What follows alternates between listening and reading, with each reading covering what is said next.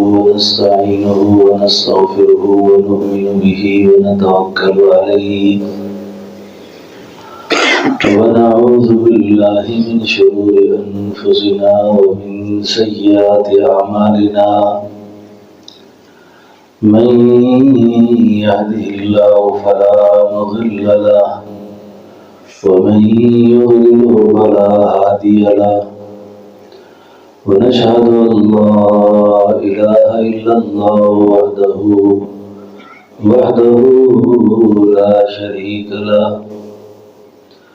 أما بعد فأعوذ بالله من الشيطان الرجيم بسم الله الرحمن الرحيم ومن أعرض عن ذكري فإن له معيشة ضنكا ونحشره يوم القيامة أعمى آمنت بالله صدق الله مولانا العظيم درود شریف پڑھیں اللهم صل على سيدنا ونبينا ومولانا محمد وبارك وسلم اللهم رب الحل والحرام ورب البيت الحرام ورب المشعر الحرام ورب الركن والمقام أبلغ لسيدنا ومولانا محمد منا السلام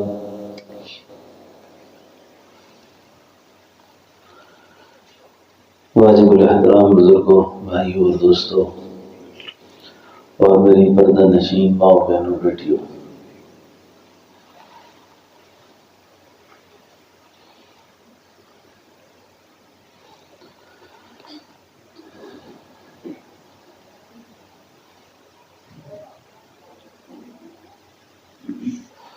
ہر آدمی تقریباً پریشان ہے، ایسا ہے کہ نہیں ہے؟ پیسے والے بھی پریشان ہیں، غریب بھی پریشان ہے، کوئی پیسے سے پریشان ہے، کوئی غریبی سے پریشان ہے، کوئی کھانے کے لیے پریشان ہے، کوئی کھانے کے بغیر پریشان ہے۔ رنگ رنگ اللہ کی مخلوق ہے، جس کے پاس بیٹھو اس سے خوشی کی خبر کم، دکھ زیادہ سننے کو ملتا ہے۔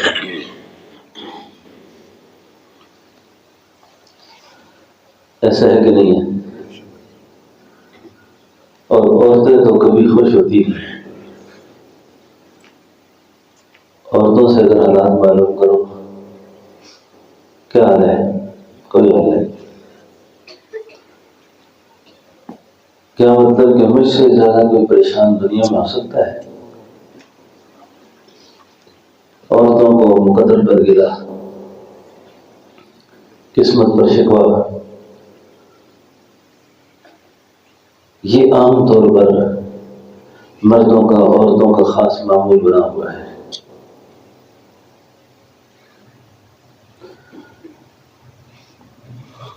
میں تو کئی دفعہ ڈرتا ہوں کسی کا حال پوچھتے ہی، مجھے پتا ہے کہ لوگ پوچھیں گے اس نے صحیح خبر نہیں دینی آگے سے، تو جب صحیح خبر نہیں دے گا تو امت کی حالت سامنے آ جائے اور بندہ کچھ کر بھی نہ سکے اور زیادہ پریشان ہوتا ہے۔ ایک بات آپ سب حضرات خواتین اس کو ہمیشہ کے لیے اپنا وظیفہ بنائیں کہ کوئی پوچھے کیا حال ہے، کہیں الحمدللہ۔ کیسی طبیعت ہے، کہیں الحمدللہ۔ اب آپ میں اگر یہ کہیں کہ میں بہت بیمار ہوں، چل نہیں سکتا، کوئی مزہ نہیں میرا، یعنی اس بات کے کہنے سے میری تکلیف میں اضافہ تو ہوگا، اضطراب میں اضافہ ہوگا، کمی تو، کیونکہ نہ آپ صحت دے سکتے ہیں نہ خوشی دے سکتے ہیں. صحت کے خزانے بھی اللہ کے پاس، خوشیوں کے خزانے بھی اللہ کے پاس. تو جو چیز جہاں سے ملتی ہو بندے کو اپنی نگاہ وہیں رکھنی چاہیے، اور جس کے پاس سوائے مایوسی کے، غموں کے اور کچھ نہ ہو، اس سے ہم کیا طلب کریں. یہی باڑہ میر خان میں اصل میں بات یہ ہوتی ہے، اللہ والے جب دنیا سے رخصت ہو جاتے ہیں تو رخصت ہو جانے کے بعد پھر آدمی کو کوئی باتیں یاد آتی ہیں، لیکن وقت ہاتھ سے نکل چکا ہوتا ہے. یہ جس جگہ پہ بیٹھ کے میں بات کر رہا ہوں نا، جو بات میں کر رہا ہوں، یہ یقین کے اگلے درجے کی بات ہے. یہ حال بیان نہیں کر رہا. اس جگہ تک پہنچنے کے لیے، ان باتوں پر عمل کے لیے بندہ ایک بہت بڑے دریا کو عبور کرتا ہے. اب تو سمجھ آیا آپ کو؟ بڑی ایک وادی ہے جس کو عبور کر کے یہاں تک پہنچتا ہے جب انسان کی زبان سے شکوہ رخصت ہوتا ہے، گلہ ختم ہوتا ہے، مایوسی کی باتیں ختم ہوتی ہیں. یہاں تک پہنچنے کے لیے بہت کچھ چاہیے ہوتا ہے.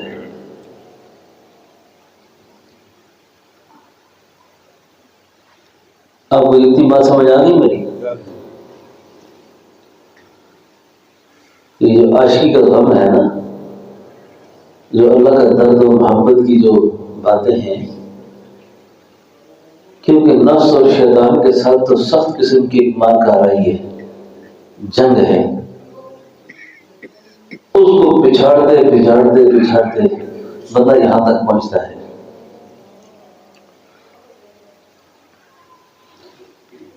یہاں آپ کے علاقے کے عالم دین تھے مولانا عبد الوحید صاحب سرائے نعمت خان کے. ان کے ایک اور بھائی تھے، ان کی وفات کے بعد کچھ وقت کے لیے خطیب ہوئے تھے، عبد الحمید صاحب ایسا کوئی نام تھا. میرے ایک چچا تھے مولانا افضال الحسینی صاحب، میرے حقیقی چچا تھے. وہ دربانی میں خطیب رہے بہت زمانہ. تو حضرت صاحب رحمۃ اللہ علیہ کے ساتھ ان کی بڑی عقیدت کا رشتہ تھا، اور میرا بھی یہاں آنے کا سبب وہی چچا بنے تھے بنیادی طور پر. ان دونوں کو شکر تھا، عبد الحمید صاحب کو بھی اور چچا کو بھی. تو وہ دونوں حضرات تشریف لائے. صبح کا وقت تھا، اسی وجہ میں یہ سکون کی بات کرنے لگا ہوں. انہوں نے حضرت سے پوچھا، حضرت نے پوچھا کیسی طبیعت آپ کی؟ اب وہ ایک مربی کے آگے، ایک پیشوا کے آگے جیسے اپنی بات کرتا ہے آدمی نا، اس کی گنجائش ہے. وہ بڑے صاحب علم تھے، بزرگ لوگ تھے. انہوں نے کہا حضرت کوئی دوائی فائدہ نہیں کر رہی، کوئی دوائی فائدہ نہیں دے رہی، بہت طبیعت بچیان رہتی ہے آج کل. اب جو آدمی جہاں بیٹھا ہوتا ہے نا، وہ اپنے منصب سے رہنمائی کرتا ہے، عام آدمی بات سمجھتا نہیں. حضرت نے تھوڑے تھوڑے پیسے نکالے، ان کو پکڑائے، ایک صاحب کو بھی دوسرے کو بھی. کہا آئندہ جب میں بات پوچھوں نا کبھی آپ سے کہ کیا حال ہے، اس طرح کا جواب میں دینا کسی کہ نہیں ٹھیک. مجھے اللہ نے 5 بیماریاں لگائی ہیں، میں نے کبھی یاد نہیں کیا.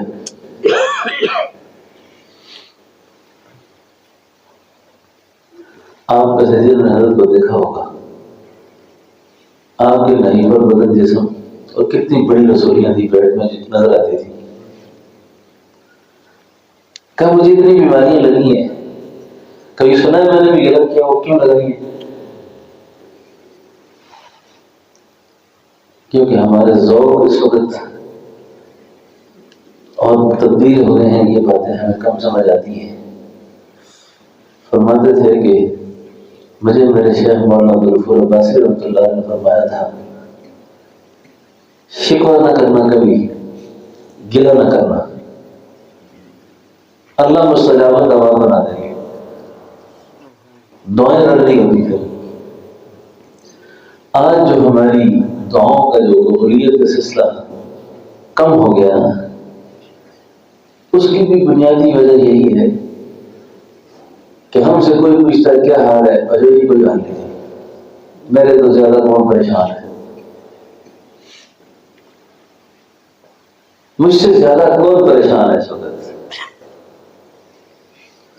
تو پہلی درخواست میں نے آپ سے کی، میرے لیے دعا کریں اور میں آپ کے لیے کروں گا کہ ہماری زبانوں سے یہ بات رخصت ہو جائے کہ میں آگے جی کوئی حال نہیں، الحمدللہ۔ ہمارے بزرگ تھے، بیمار رہتے تو کسی کو پوچھتا کیسے ہی طبیعت آپ کی، فرمایا صحت مندوں میں بیمار ہوں، بیماروں میں صحت مند ہوں، بیماروں میں صحت مند ہوں اور صحت مندوں میں بیمار ہوں۔ آپ ہسپتالوں میں جائیں، آپ یقین کریں، میں پشاور ایک اسپتال میں کچھ عرصہ پہلے گیا ایک مریضہ کی عیادت کے لیے،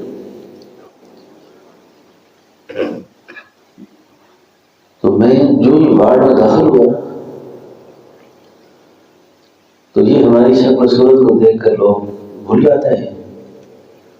میرے داخل ہوتے ہی وارڈ میں چیخ و پکار شروع ہو گئی، بچیاں، عورتیں آواز دیں، پھر سے ہمارے پاس بھی آؤ، ہمیں بھی دم کرو، ہمارے لیے بھی دعا کرو۔ اب ایک کی ایمانداری میں نے پوچھی، میں کہا کہ 2 مہینے سے زائد وقت ہو گیا، نیند کی ہر طرح کی گولی دینے کے بعد اس کو نیند نہیں آئی، اب بتاؤ اللہ جس کو راحت کی نیند دے دے، سونا نصیب کر دے، اس کو کوئی حق نہیں بنتا کہ وہ اپنی آپ پر گلہ کرے، شکوہ کرے کہ میں بیمار ہوں۔ جس کو اللہ نے وقت پر روٹی دی، اس کو کوئی حق نہیں بنتا کہ وہ اس طرح کی بے چینی کی باتیں کرے۔ ہم کتنے لحاظ اور کمروں میں بیٹھے ہوتے ہیں، کتنے اچھے ماحول میں بیٹھے ہیں۔ میں آپ کو دکھی دل کی بات سنا رہا ہوں، بہت پریشان ہوں آج کل ایک بات سے، خود میں بھی فلسطین کے حوالے سے خاص طور پر۔ آپ اور میں نے سوچے نا کہ ہم نے ان مسلمانوں کے لیے آخری بار دعا کر دی، ان کے لیے آخری بار ہم نے کیا کام کیا؟ چند دن پہلے ہم نے کچھ امداد بھیجی، اب ایسے کھانا تقسیم ہو رہا ہے، کھانا، چھوٹے چھوٹے معصوم بچے کھڑے ہیں خیموں میں، اوپر سے بمباری ہو گئی، چیخنے اڑ گئے۔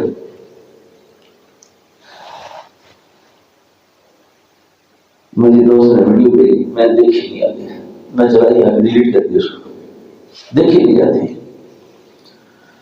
کہ اتنی بڑی پریشانیوں کے حالات دیکھنے کے بعد ہم پریشان ہیں۔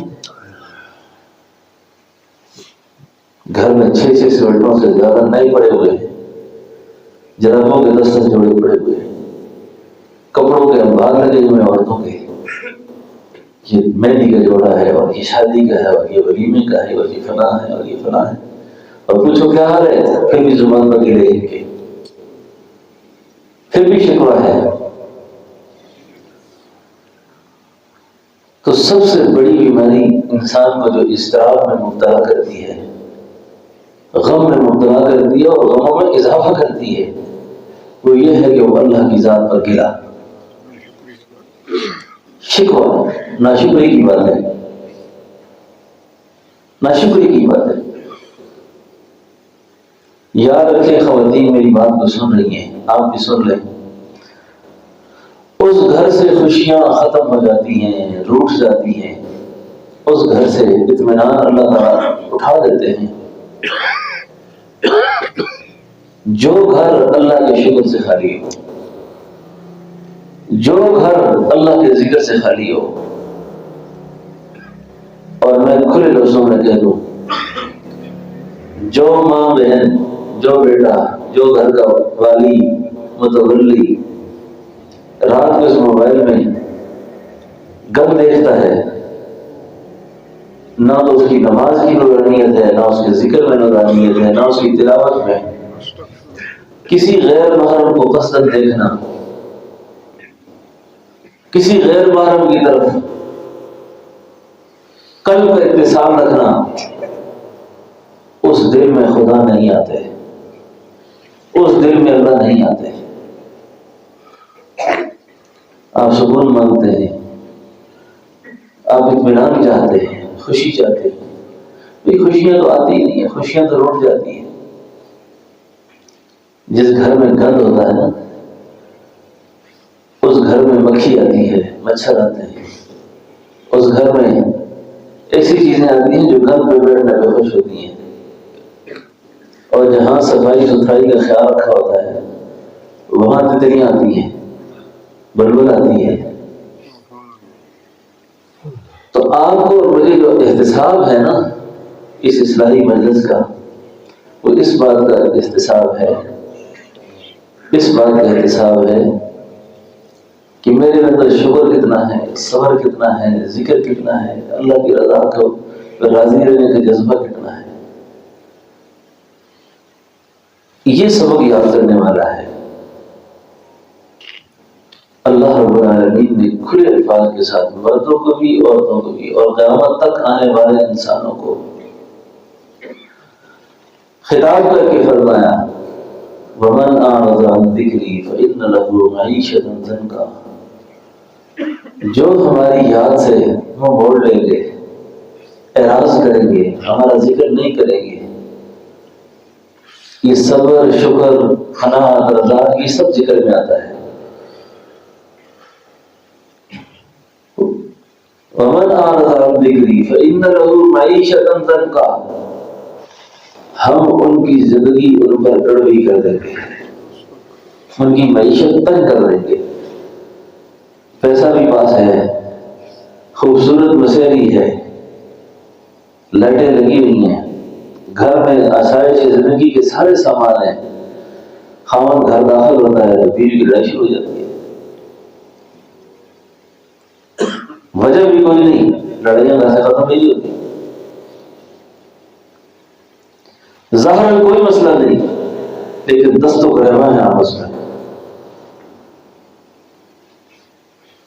صبر نہیں، شکر نہیں، قناعت نہیں، رضا نہیں، تسلیم نہیں۔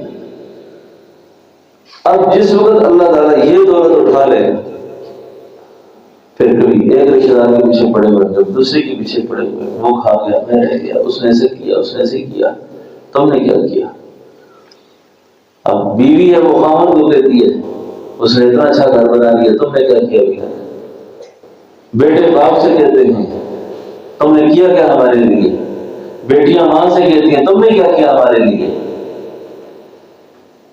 یہ وہ سوال جواب ہیں ان کے کرنے سے بے اطمینانی پیدا ہوتی ہے۔ مقدر پر راضی رہیں،